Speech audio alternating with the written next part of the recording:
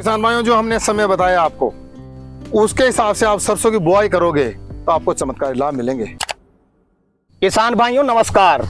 साथियों, अगर आप भी सरसों की बुआई कर रहे हैं तो आपको सबसे पहले यह पता होना चाहिए कि सरसों बुआई का सबसे बढ़िया समय क्या रहता है, क्योंकि सरसों का उत्पादन डिपेंड करता है सही समय पे बुआई करने के ऊपर। अगर आपने सही समय पे सरसों की बुआई कर दी तो आपको अच्छा उत्पादन लेने से कोई नहीं रोक सकता। लेकिन अगर आपको सही समय का पता नहीं है, आपने वैसे ही बुआई कर दी, या तो ज्यादा खेती कर दी या फिर ज्यादा पछेती कर दी, तो आप जितना उत्पादन चाह रहे हैं सरसों की फसल से उतना उत्पादन आपको कभी नहीं मिल सकता।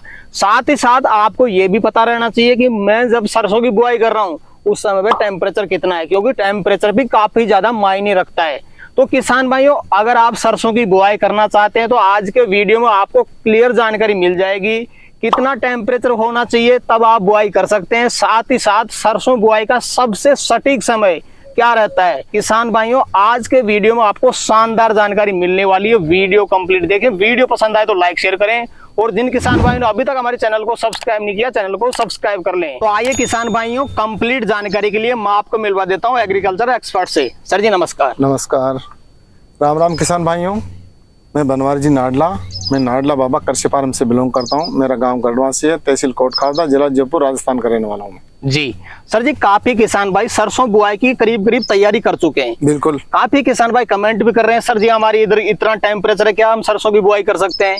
सर जी, क्या हम ज्यादा अगेती सरसों की बुआई करेंगे तो कोई नुकसान थोड़ी होगा?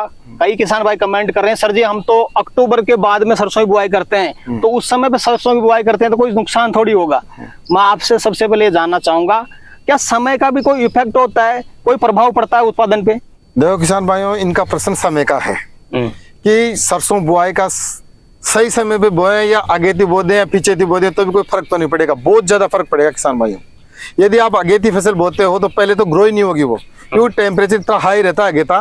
आप अगेती फसल बो दोगे, टेम्परेचर हाई रहेगा, इसमें टेम्परेचर भी देखना पड़ेगा आपको। वो सब चीजें आगे बताऊंगा मैं आपको। मगर क्या है कि जो समय से पहले बो रहा है उसकी पहले तो सरसों ग्रो ही नहीं होगी, और हो गई तो उसको कीट खा जाएंगे, बिल्कुल वो सक्सेसफुल नहीं होगी।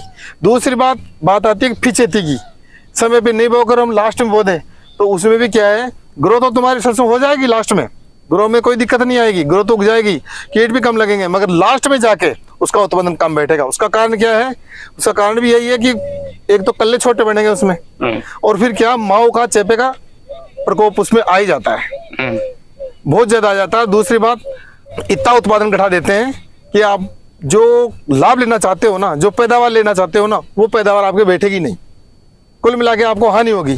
तो आपको समय का बहुत ज्यादा ध्यान रखना पड़ेगा। सर ने बहुत अच्छा प्रश्न किया शुरू में ही कि समय का क्या महत्व है। सर जी, समय का बहुत बड़ा महत्व होता है, और समय का जीवन में क्या, फसल में नहीं पूरे जीवन में महत्व होता है। अपन समय का ध्यान रखते हुए कोई भी कार्य करेंगे तो बिल्कुल आप सक्सेस होंगे। सर जी, जो सही समय आप मानते हैं सरसों का, वो तो किसान भाई को अपन बताएंगे, लेकिन उससे पहले मैं जानना चाहूंगा, काफी किसान भाई लगातार कमेंट कर रहे हैं कि सर क्या सल्फर हमें डालनी चाहिए? आखिर सल्फर काम क्या करती है सरसों में, और डालनी चाहिए तो क्या सरसों ग्रो होने के बाद में डालनी चाहिए या फिर सरसों बुआई के टाइम पे डालनी चाहिए? आखिर सल्फर कब डाली जाती है सरसों में और काम क्या करती है? देखो किसान भाइयों, हम बार बार सल्फर का जोर इसलिए देते हैं, और सर का प्रश्न भी है अभी कि सल्फर काम क्या करती है, क्यों डालें हम और भी तो न्यूट्रिएंट्स वो डाल दे देंगे हम, फिर हमारी पैदा हो जाएगी। देखो किसान भाइयों, सरसों में इसलिए सल्फर का जोर है कि सल्फर क्या तेल की मात्रा बढ़ाती है, और अपने जो सरसों की फसल है वो तिलनीय है, और तिलनीय फसल है, उसमें तेल की मात्रा कौन बढ़ाएगी? सल्फर। अब सल्फर तेल ही नहीं बढ़ाती है, भाई आपका तेल ही बढ़ा दी, जैसे 42% हो, 44% हो, 42% हो, जो आपकी लेब निकलती है ना मंडी में जाके, और आप लेब निकालते हो, आप घानी पे जाते हो और आपका तेल बैठता है, वो तेल क्या है, वो सल्फर ही बढ़ाती है। अब क्या है कि इसको कब देना है और ये क्या क्या काम करती है? एक तो तेल बढ़ाती है, दूसरा काम क्या है कि जब आप सरसों की बिजाई करते हो ना, तो बीज में जो ही ग्रो होता है उसमें फंगस लग जाता है, उस फंगस से बचाती है ये। तीसरी बात क्या है कि जब पाले की संभावना होती है तो ये पाले से भी सरसों को बचाती है, क्योंकि सरसों के दाने के अंदर तेल की मात्रा बन जाती है ज्यादा, और जो ही तेल की मात्रा बनी और आपकी क्या है कि पाले से अपने आप ही बचाव हो जाता है। तो किसान भाइयों, ये तेल बढ़ाती है, फंगस से बचाती है और पाले से बचाती है। इसलिए क्या है कि अपने को सरसों की फसल में बिल्कुल सल्फर देनी है, बिल्कुल सर जी, काफी किसान भाई कंफ्यूजन में शायद हो सकते हैं कि हमें सरसों बुआई के टाइम पे सल्फर डालनी चाहिए या फिर पहला पानी जब लगाएं सरसों में उस टाइम पे सल्फर डालनी चाहिए। आखिर सल्फर डालने का सही समय क्या रहता है? बिल्कुल बिल्कुल किसान भाइयों, बहुत अच्छा प्रश्न है इनका। देखो किसान भाइयों, मैंने पहले बताया कि फंगस से बचाती है।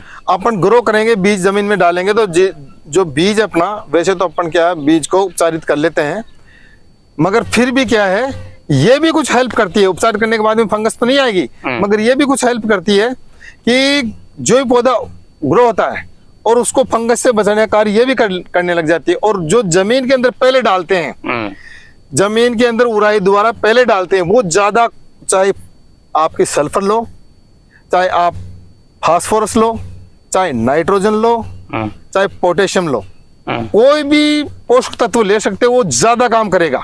आखिर कितना टेम्परेचर सरसों की फसल सहन कर लेती है और कितने टेम्परेचर में सरसों की बुआई अपन कर सकते हैं, वो बता दीजिए किसान भाइयों को।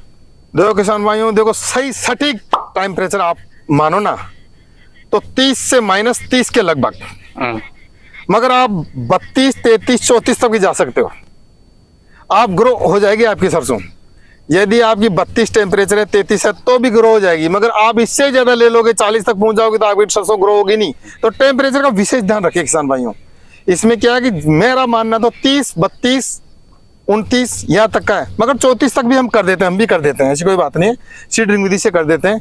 मगर जो बिजाई कर रहा है, बिजाई करके बाद में पानी चला रहा है, उसको तो कोई प्रॉब्लम नहीं है, मगर जो पहले पलेवा कर रहा है फिर छिड़काव विधि से कर रहा है बाद में, उसमें थोड़ी समस्या आ सकती है और सीडरिंग वालों को भी आ सकती है, क्योंकि वो क्या है नमी को सुखा देती है। टेम्परेचर इतना हाई हो जाता है तो टेम्परेचर वहां तक सुखा देती है जहां तक अपना बीज पड़ा है। जहाँ बीज पड़ा है वहां तक भी सूख जाएगी मिट्टी, तो फिर ग्रो कैसे होगा ये बताओ आप। बिल्कुल। तो किसान भाई टेम्परेचर का विशेष ध्यान रखे, 32 से लेके 30-29 तक, फिर माइनस में तो आ ही जाता है, ज्यादा माइनस नहीं, मगर इसके बीच में आपका अच्छा ग्रो हो जाएगा और टाइम आ ही गया लगभग। तो सर जी अब लास्ट में बता दीजिए, सरसों बुआई का सबसे सटीक समय आप क्या मानते हैं जिसमें किसान भाइयों को ज्यादा से ज्यादा उत्पादन मिल सके? किसान भाइयों देखो, जो सटीक समय की बात आती है कि सरसों बुआई की बात चल रही है, तो समय भी सटीक होना चाहिए, क्योंकि समय पे ही सब कुछ संभव है। समय के बाद में, समय से पहले कुछ भी नहीं है। तो किसान भाइयों देखो, हम मानते हैं सरसों बुआई का सटीक समय 20 सितंबर और लास्ट का 20 अक्टूबर, ये बिल्कुल सही समय रहता है बीज का। इसमें आप कभी भी अपनी सरसों का उड़ाई कर सकते हो, बुआई कर सकते हो, सरसों ग्रो कर सकते हो आप इसमें। इससे पहले कोई भाई अगेती करना चाहे तो उसको एक समस्या आ सकती है, क्योंकि उस टाइम पे टेम्परेचर बहुत ज्यादा हाई रहता है। यदि टेम्परेचर डाउन आ गया तो वो अगेती कर सकता है। यदि 30-32 टेम्परेचर उधर उस टाइम पे आ जाता है, जो हम समय बता रहे हैं 20 सितंबर से पहले, यदि कोई समय टेम्परेचर डाउन आ जाता है तो वो कर सकता है। मगर जैसे वहाँ 40-42 ये टेम्परेचर रहा तो नहीं, बिल्कुल नहीं करना उसको, क्योंकि उसकी सरसों ग्रो होगी ही नहीं, और हो भी जाएगी, होने के बाद में झट से वो जल जाएगी, वो खत्म हो जाएगी सरसों।